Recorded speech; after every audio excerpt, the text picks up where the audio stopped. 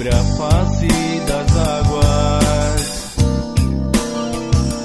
E o que fez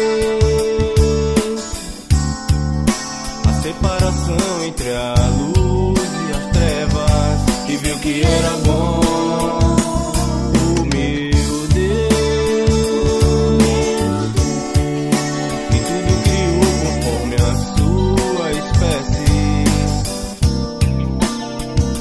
e que até viu que não era bom que a sua imagem, que é o homem, esteja só. É o amor, e por amor tudo criou, e no sétimo dia descansou.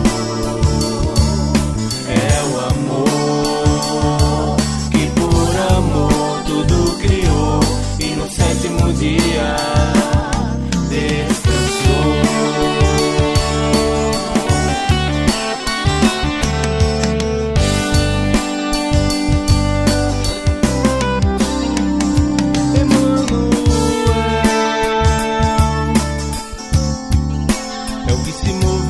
Sobre a face das águas, e o que fez a separação entre a luz e as trevas, e viu que era bom.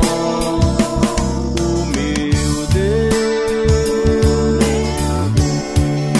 e tudo criou conforme a sua espécie, até viu